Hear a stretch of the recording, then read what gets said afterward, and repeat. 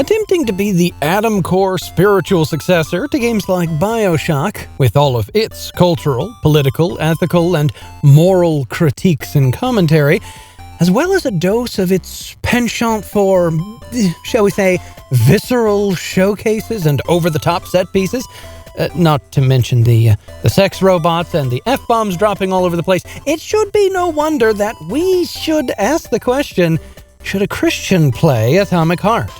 But first, we must get a proper overview of the gameplay. So, please, would you kindly gawk with me at this stunning intro tutorial, beautifully decorated hour-long info dump that introduces us to the vast wonders on offer in this alternate reality where the USSR's nuclear program didn't leave thousands of square miles of land uninhabitable for thousands of years, but rather ushered in a golden age of communist utopia powered by limitless electricity and the new wonder material, plasmids. Polymerization.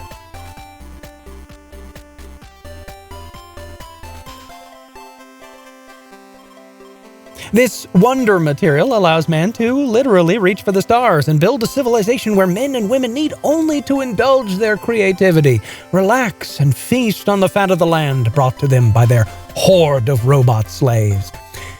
Of course, we, as the player, can see all the problems with this idea and can see the cracks in the facade. In fact, like the BioShock game's critique and examination of themes of objectivism, racism, the concept of free will, and even religion itself, Atomic Heart takes a stab at the ideas of artificial intelligence, communism, the artificial singularity, and might I be so bold as to add that it also accidentally lampoons the idea of free will? But we'll get to that later. Once thoroughly impressed with the graphics of the game, and might I say, the graphics are stunning, by the way, and the gameplay is very well polished, we didn't experience hardly any bugs. Even on our laptops, they looked wonderful.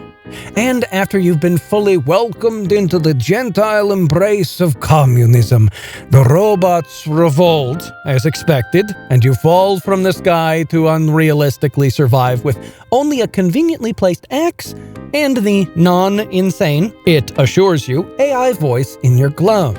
Well, at this point, there's nothing for it but to sit back and enjoy the massacre of the robots, the loot, and the upgrades. And there are lots of all three. Atomic Heart gives you an X-ray ability that allows you to see all of the enemies, loot, and interactable items around you, which would be great unless you happen to be a completionist like me, and then it's a two-edged sword, as many times you need to go away from some loot that you can see so that you can get it later, after swooping back around on the map. For anybody familiar enough with FPS games and BioShock or Prey or Dishonored, the main gameplay loop will feel very familiar and welcoming. There are locks that need picking, and though some locks might be very overdone Fallout locks, some of these locks will require mastering some minigames. And later doors in the game may contain multiple circles that you need to overcome. Overall, the running and the gunning are very smooth, and the gameplay is compelling enough to be enjoyable, with a variety of possible melee and ranged weapons, though after a few hours in, you'll have unlocked enough of either to specialize, if you so desire.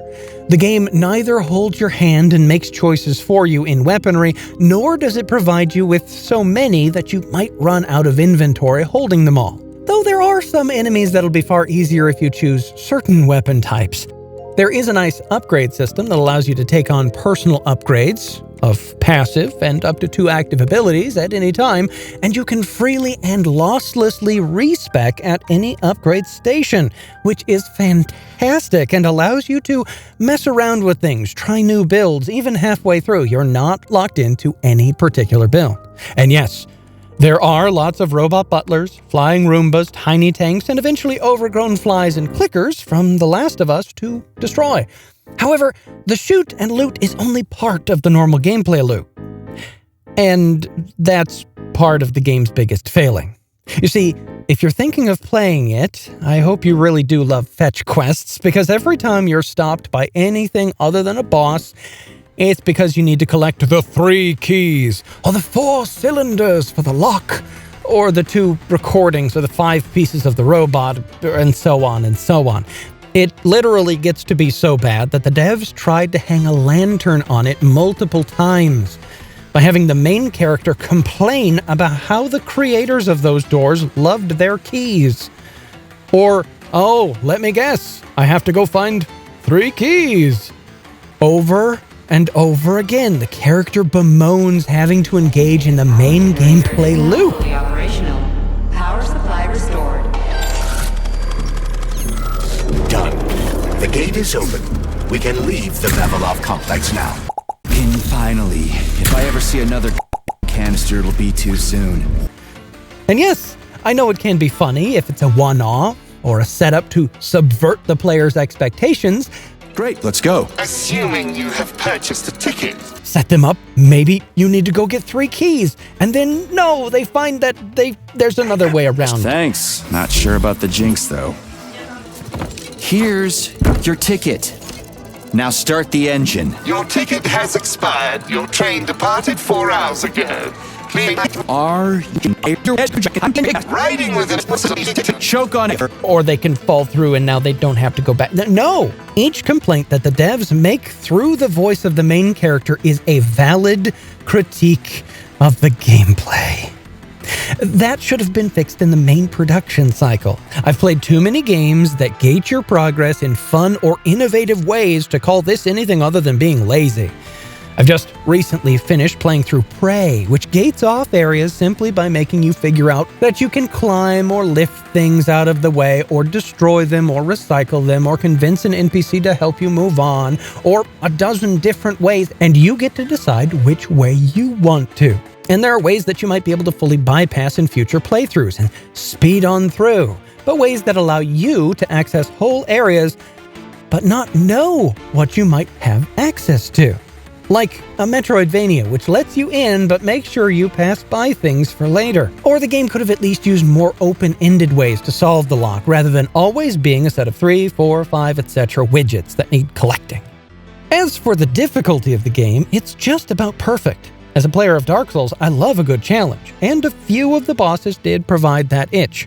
I was playing in the middle difficulty, so that can be turned up or down to your tastes. And the list of possible accommodations for players with disabilities, or even players that have had enough of the game's nonsense and just want to finish the story, is simply amazing. More games should allow this varied and multiplicious state of accommodations. It reminds me of another Crab's Treasure's ability to give Krill a gun to literally one-shot any enemy if you're done with the game's nonsense. Truly a thing of beauty. Okay, so the story.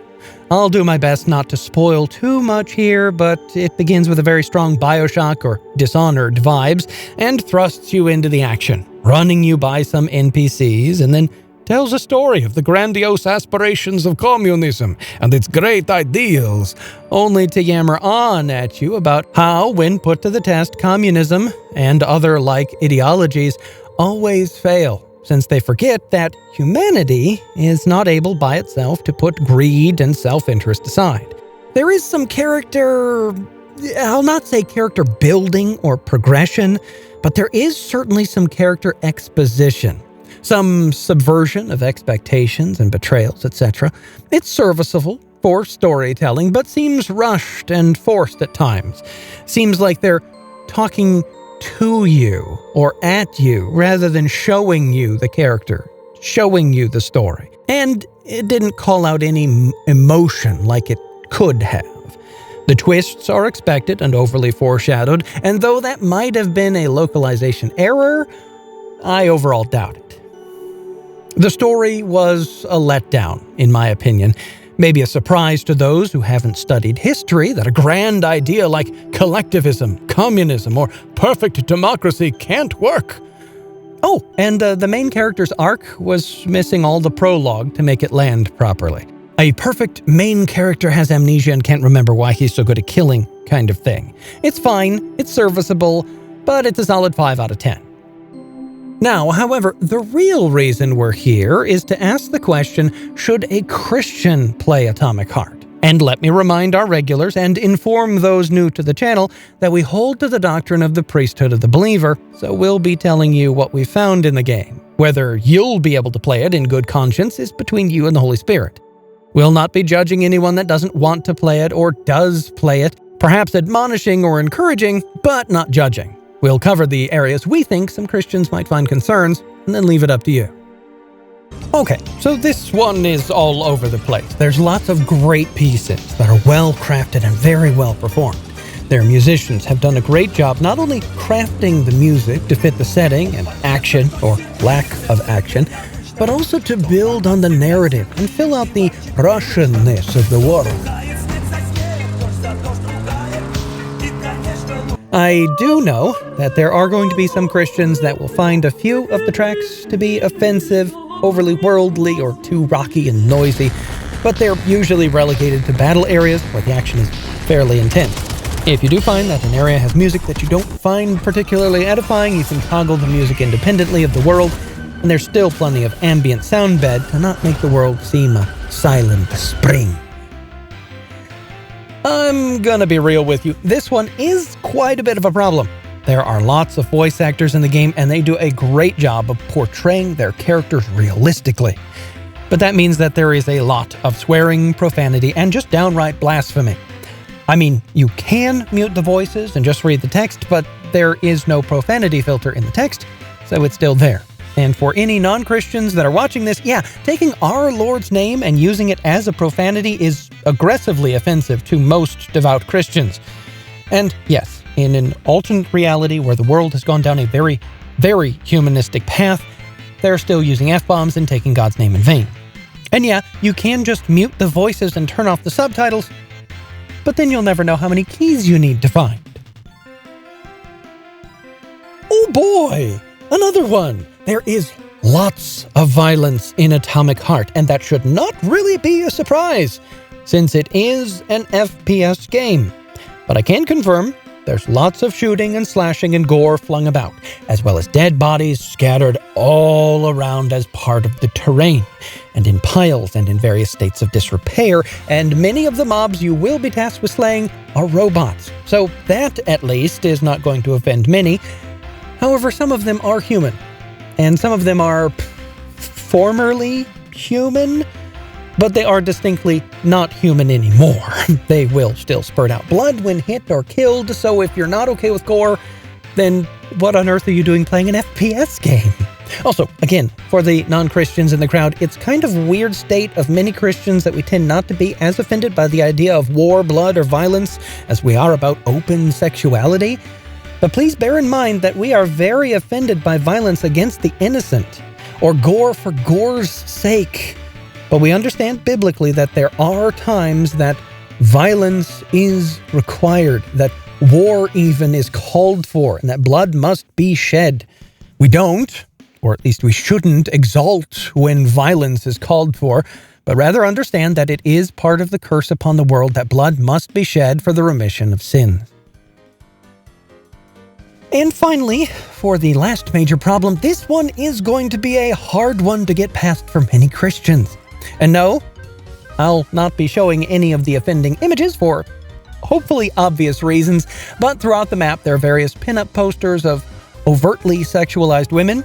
There are a few levels where many of the bodies, both male and female, and then again many of the NPCs, are only wearing the barest amount of white stickers, which don't really hide anything. They only make it acceptable in the world's barest sense of modesty so that the game can be sold in certain markets.